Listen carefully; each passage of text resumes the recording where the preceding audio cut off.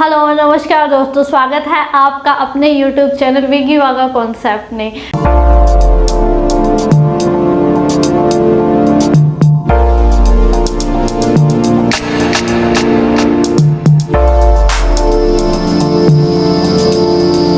So friends, एक बार फिर से हम लोग मिल रहे हैं और आज हम जो कॉन्सेप्ट क्लियर करने वाले हैं, आज हम करेंगे प्रायिकता प्रोबेबिलिटी का एक कॉन्सेप्ट रह चुका था जिसमें हम डिस्कस करने वाले हैं आज कंडीशनल प्रोबेबिलिटी।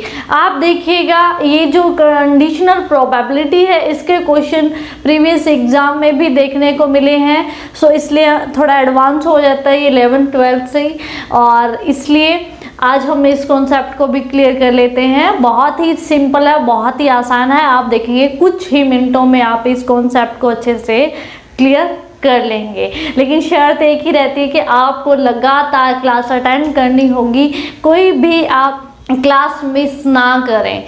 और गारंटी हम देते हैं इस चीज़ की, क्योंकि हमारा जो चैनल है, आपका अपना जो चैनल है विगी वागा कॉन्सेप्ट, आपको एग्ज़ाम के पॉइंट ऑफ व्यू से क्वेश्चन करवाता है, यानी कि प्रीवियस एग्जाम और एनसीईआरटी के सिंपल क्वेश्चन जो एग्जाम में आ सकते हैं।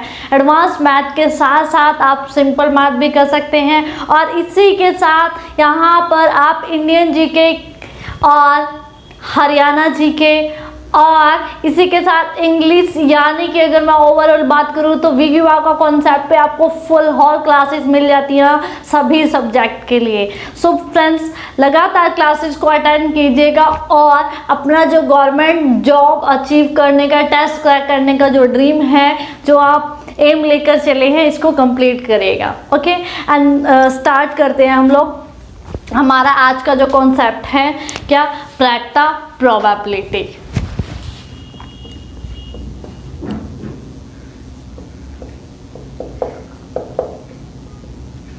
प्रोबेबिलिटी बहुत सारी क्लासेस हो चुकी हैं, जिसको हम हिंदी में क्या कहते हैं, प्रायिकता। ओके, अब मैंने कहा कि आज हम लोग डिस्कस करने वाले हैं कंडीशनल प्रोबेबिलिटी। कंडीशनल प्रोबेबिलिटी में क्या होता है कि आपको क्या, दो घटनाएं, दो एक ही जो कॉन्सेप्ट है उसमें से आपको दो घटनाएं, दो इवेंट्स चूज करने होंगे, और जो सेकंड इवेंट होगा, जो घटना होगी, वो डिपेंड करेगा किस पर, फर्स्ट घटना पे। इसी को क्या, कंडीशनल प्रोबेबिलिटी कहा जाता है। अब देखिए, मैं आपको छोटे से एग्जांपल के साथ इस कॉन्सेप्ट को क्लियर करवाती हूँ। सपोज करें एक बैग में 3 लाल कंचे हैं और 2 हरे कंचे हैं। हरे कंचे हैं, मार्बल्स हैं। एक बैग में किसी में 3 रेड है और 2 ग्रीन मार्बल्स हैं। ओके, अब आपको निकालने के लिए दे दिया जाए प्रोबेबिलिटी, प्रायिकता निकालने के लिए कहा जाए कि अब जो पहली आपको इवेंट निकालने के लिए दी जाए, यानी कि प्रायिकता निकालने के लिए दिया जाए कि एक बैग में से रैंडमली हाथ डाल के रैंडमली आपको चूज करना हो, या दरछा एक कंचा निकालना हो, तो उसकी क्या प्रायिकता होगी कि वो लाल रंग का हो। लाल रंग का होने की प्रायिकता, सपोज करिए हमारी इवेंट वहाँ ए है, पहली घटना किसके लिए, किसकी प्रायिकता निकालनी है हमें, लाल होने के लिए। और आपको पता है कि जो हमारा बेसिक प्रायिकता का फॉर्मूला वो क्या कहता है, प्रायिकता किसके बराबर होती है, नीचे क्या लिखते हो हमेशा, कुल परिणाम, यानी कि टोटल रिजल्ट, और ऊपर क्या आते हैं, अनुकूल, यानी कि इसके फेवर में जितने भी घटनाएं या केसेस होंगे, अनुकूल परिणाम। यही आपका सिंपल बेसिक फॉर्मूला कहता है प्रायिकता का। अब मुझे क्या, पहले किसकी प्रायिकता निकालनी है, घटना ए में लाल होने की, तो लाल के फेवर में कितने कंचे हैं, 3 कंचे हैं, और नीचे कुल परिणाम, कुल परिणाम यानी कि टोटल कितने कंचे हो सकते हैं, हाथ डालो तो कितने रिजल्ट हो सकते हैं, 3 + 2 कितने, 5। तो क्या आ गया, 3/3 5, 3/5 आ गया आपके पास। अब आपके पास सेकंड बी निकालने के लिए दिया जाए क्या कि प्रायिकता निकालें कि वो हरे रंग का हो। At the same time change नहीं किया जाए, रिप्लेस ना किया जाए, यानी कि जो निकाल दिया एक कंचा उसको अलग रख दिया जाए, वो सपोज करें किसका लाल रंग का निकला है, ठीक है। अब टोटल कंचे कितने रह गए, यहाँ से देखें 3 थे, इसमें से एक कंचा निकल गया, आप कितने रह गए 2, और ये तो 2 थे ही थे, तो टोटल कितने हो गए। अब आपके पास टोटल कंचों की बात करूं तो कितने हो जाएंगे 4, तो टोटल कंचे अब आपके पास 4 रह गए जब उसको रिप्लेस नहीं किया जाता। ओके, अब ग्रीन की प्रायिकता निकालनी है हमें, हरे होने की प्रायिकता। अब हरे के फेवर में कितने कंचे हैं, कितनी घटनाएं हो सकती हैं, 2 बाय टोटल रिजल्ट, कुल परिणाम अब कितने होंगे। आपने देखा कि यहाँ से एक कंचा निकल चुका था, अब यहाँ पर 2 रह गए हैं और 2 ग्रीन, तो टोटल कितने परिणाम या टोटल कंचे कितने हो सकते हैं 4। तो ये क्या हो गया, कट कर दो 1/2। अब ये देखिए जो हमारा बी इवेंट है वो किस पर, ए पर डिपेंड कर रहा है। पहले क्या ए घटित हुई घटना, उसके बाद बी घटित हुई, तो ये क्या कर रहा है ए पर डिपेंड कर रहा है। तो जब भी इस तरह से डिपेंड किया जाए, एक घटना दूसरी पर डिपेंड हो, तो उसको क्या हम कंडीशनल प्रोबेबिलिटी कह देते हैं। यानी कि यहाँ पर हमारी जो कंडीशनल प्रोबेबिलिटी बनेगी वो क्या होगी, सेकंड वाली। तो इस चीज को हम कंडीशनल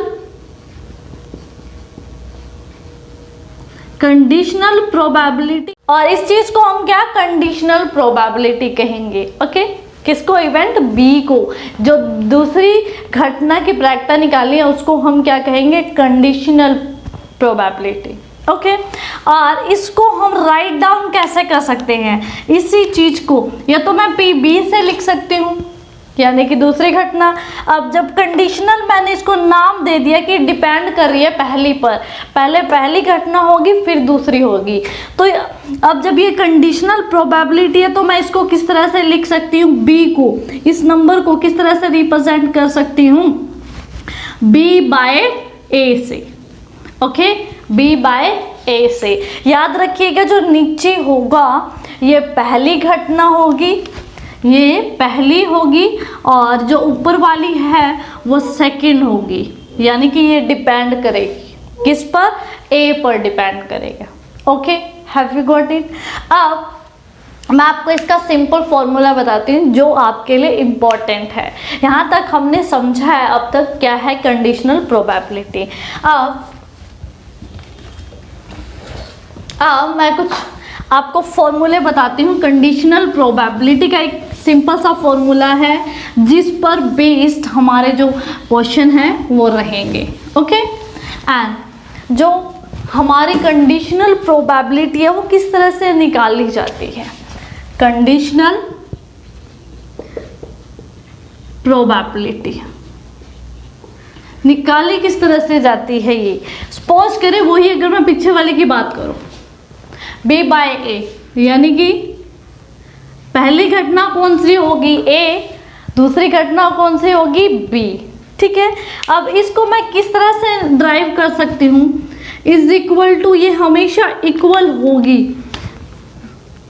नंबर ऑफ केसेस किसके, A इंटरसेक्शन B, इन दोनों के जो कॉमन के फेवर में केसेस होंगे, किसके अनुकूल परिणाम, A इंटरसेक्शन B, यानी कि A और B के अनुकूल परिणाम। यहाँ पर number of A intersection B, intersection आप पढ़ चुके हो, इंटरसेक्शन का मतलब क्या होता है, जो A और B दोनों में कॉमन आ रहे हैं। ओके, और डिवाइडेड बाय नंबर ऑफ, जो नीचे होगा अब जो पहली घटना होगी यानी कि जो डिवाइडेड में नीचे होगा डिनोमिनेटर होगा, वहाँ यहाँ पर नंबर ऑफ डिनोमिनेटर लिखे जाएंगे, ठीक है, यानी कि ए के फेवर में जितनी भी घटनाएं होंगी। ओके, अगर इसी चीज को आपको इस तरह से निकालना हो, ए बाय बी निकालना हो, तो सेम यही फॉर्मूला रहेगा आपका, नंबर ऑफ किसके, A intersection B by number of जो नीचे है, यहाँ पर नीचे डिवाइड में डिनोमिनेटर, इस डिनोमिनेटर को यहाँ पर लिखेंगे इसके जो फेवर में केसेस होंगे। गॉट इट, क्लियर है। अब देखिए मैं क्वेश्चन दिखाती हूँ HBSC का, जो कि 2 बार रिपीट हो चुका है क्वेश्चन। क्वेश्चन देखें, if E and F are 2 events, E और F 2 घटनाएं हैं, सच दैट PE, E की जो घटना है वो क्या है, 0.5 है। आपको प्रायिकता दी जाएगी, PE क्या दी गई है, 0.5, 0.5 दी गई है। ओके, एंड E और F 2 घटनाएं दी गई है, E एंड F, ठीक है। अब यहां पर बच्चों देखें, E की प्रायिकता कितनी दी गई है, 0.5, और इसी के साथ घटना F की प्रायिकता भी दी गई है 0.3। जो घटना F है, इवेंट F है, इसकी जो प्रोबेबिलिटी दी गई है 0.3 गिवन है, और इसी के साथ E और F दोनों की जो इंटरसेक्शन की प्रोबेबिलिटी है, प्रायिकता है, वो दी गई है आपके पास P, प्रोबेबिलिटी ऑफ किसकी, E intersection F, E intersection F, इन दोनों की जो प्रोबेबिलिटी दी गई है, प्रायिकता दी गई है 0.2 गिवन है। अब फाइंड आउट क्या करना है, फाइंड आउट करना है आपको, दोनों ही फाइंड आउट करनी है। P किसकी प्रायिकता निकालनी है, पहले में आपको E बाय F की क्या निकालना है, P E बाय F निकालना है। ओके, और सिमिलरली ये भी बताना है, और इसी के साथ P प्रायिकता किसकी, F बाय E की भी आपको प्रायिकता बतानी होगी। ओके, एंड फटाफट बता दें, अब आपके पास सारी वैल्यूज गिवन सारी वैल्यूज आपके पास गिवन है। ओके, आप फटाफट आंसर बता दें। आप यहाँ पर मैंने नंबर ऑफ फेवरेबल केसेस बताया है, यानी कि प्रायिकता है।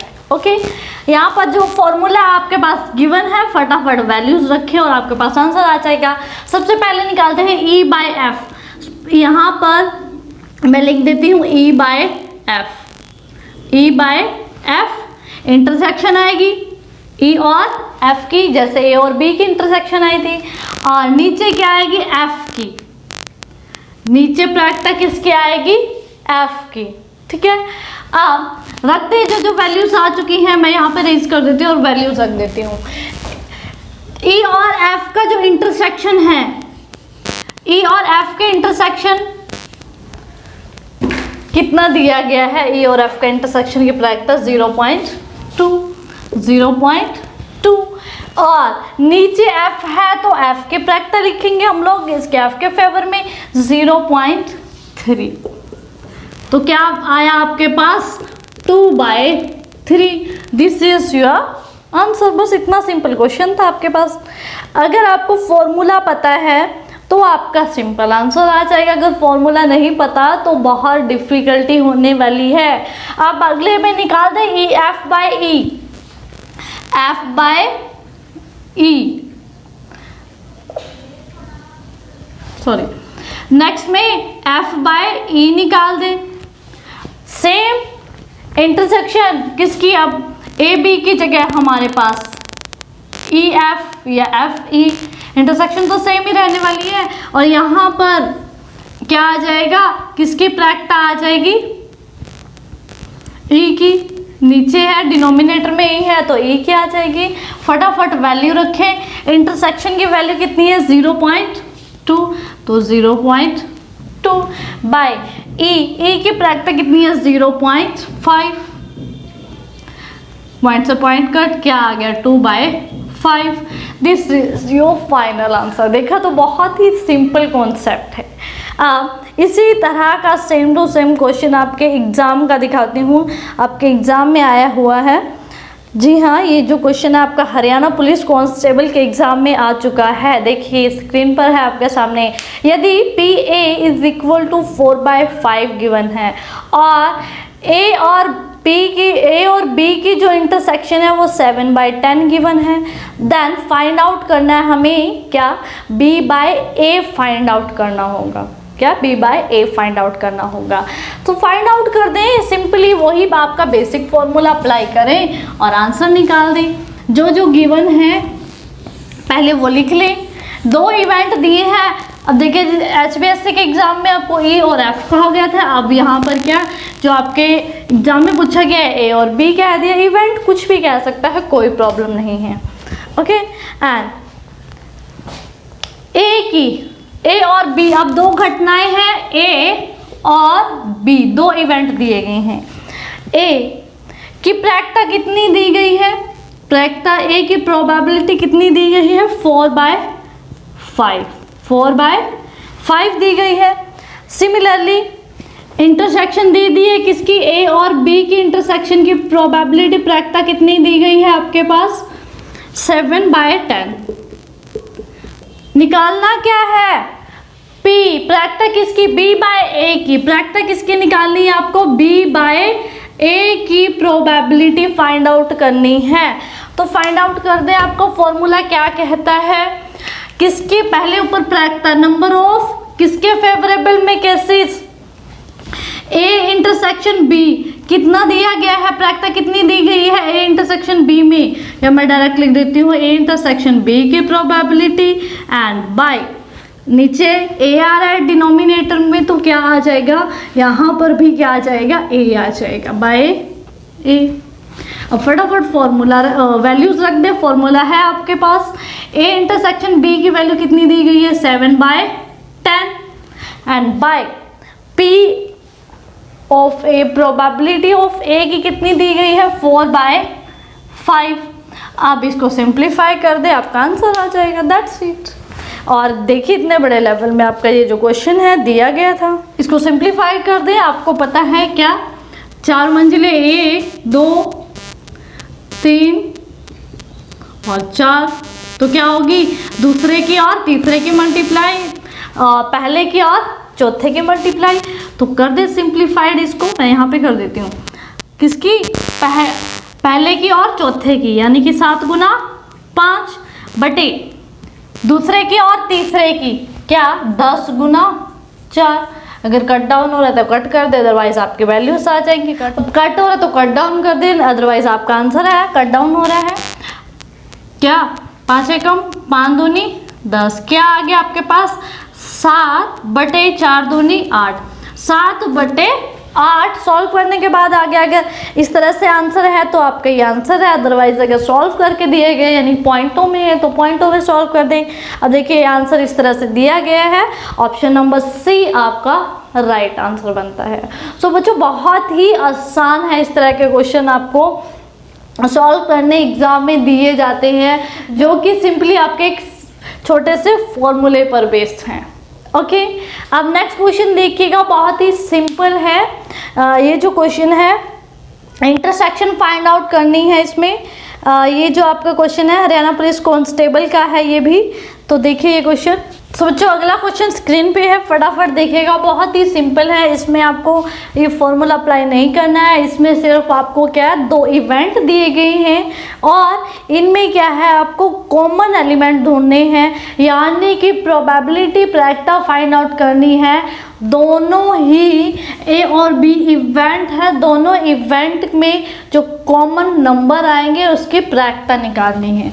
ओके, तो कोशिश कीजिए, आपने पहले भी पासे वाले क्वेश्चन कर लिए हैं, एक बार फिर से पासे का क्वेश्चन आ चुका है, डाइस से रिलेटेड क्वेश्चन है ये। देखिएगा बहुत ही सिंपल है, आप अपने आप से ही इस क्वेश्चन को सॉल्व कर लेंगे, लेकिन थोड़ा सा समझना होगा आपको इस चीज़ को, लेकिन थोड़ा सा समझ के साथ करना होगा इस क्वेश्चन को।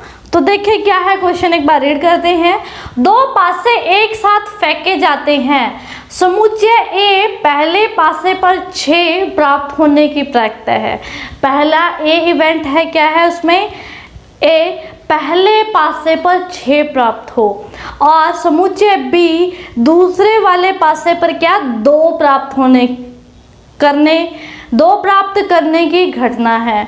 और निकालना क्या, प्रायिकता निकालनी है ए इंटरसेक्शन बी, दोनों ही घटनाओं के जो कॉमन इंटरसेक्शन इवेंट होंगे, कॉमन इवेंट होंगे, उनकी प्रायिकता निकालनी है। तो बहुत ही सिंपल है।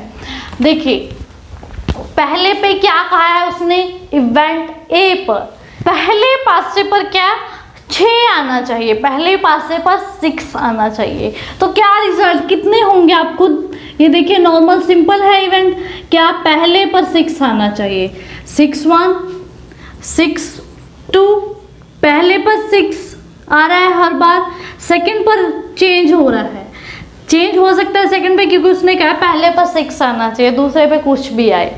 तो ये हम सारे लेंगे रिजल्ट, 6 3 6 4 6 5 एंड 6 हो सकता है, ये रिजल्ट हो सकते हैं। तो टोटल कितने हमारे 6 रिजल्ट हो सकते हैं। अगर सिर्फ और सिर्फ अगर मुझे ये कहा जाए कि पहले पासे पर 6 आए तो कितने टोटल 6 रिजल्ट हो सकते हैं मेरे। तो ये थे हमारे पहली घटना, इवेंट ई की बात कर, इवेंट पहले इवेंट की बात कर रहे हैं। अब बी में क्या कहा है उसने, दूसरे पासे पर क्या आना चाहिए, 2 आना चाहिए, पहले पे कुछ भी आए तो क्या हो सकता है 1 2 और 2 2 3 2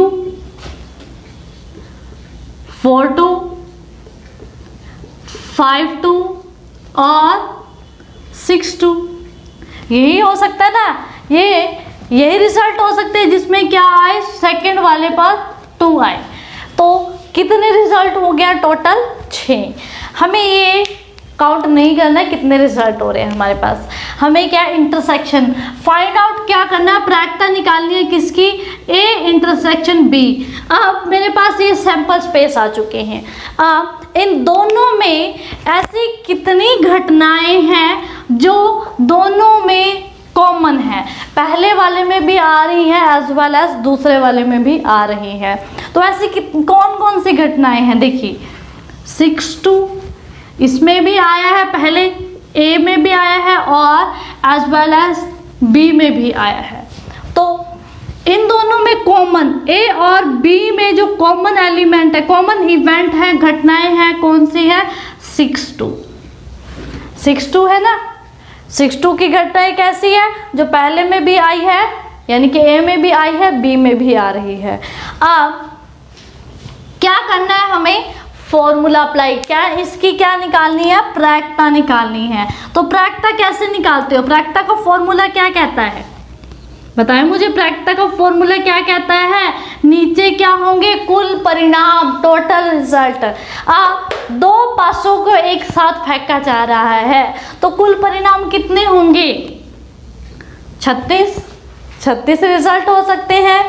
ऊपर क्या अनुकूल परिणाम, किसके अनुकूल परिणाम, ए इंटरसेक्शन बी के अनुकूल कितने घटनाएं हैं, कितनी घटनाएं हैं, एक ही घटना ऐसी है ना, एक घटना ऐसी है जो पहले में ए में भी है एज वेल एज बी में भी है। तो कितने, इसके फेवर में कितनी घटनाएं हैं, एक घटना है। तो आपको जो रिजल्ट आ गया, आंसर आ गया, वो क्या आ गया, 1/36। बस यही सिंपल आपका आंसर है। तो देखा बच्चों, बहुत ही आसान है, सब कुछ आसान है, बहुत ही सिंपल है, लेकिन इसको लगातार कंटिन्यू रखना बहुत मुश्किल हो जाता है। जो बंदा लगातार कंटिन्यू अपने कर्म को करता रहता है, मुझे एक चीज़ बहुत गलत लगती है, कुछ लोग कहते हैं कि किस्मत से ज़्यादा और समय से पहले कभी कुछ नहीं मिलता, लेकिन आई थिंक कभी भी कर्मों से ज़्यादा नहीं मिलता। आप जितनी मेहनत करोगे, जितने कर्म कर रहे हो, उसके अनुसार आपको फल मिलता है।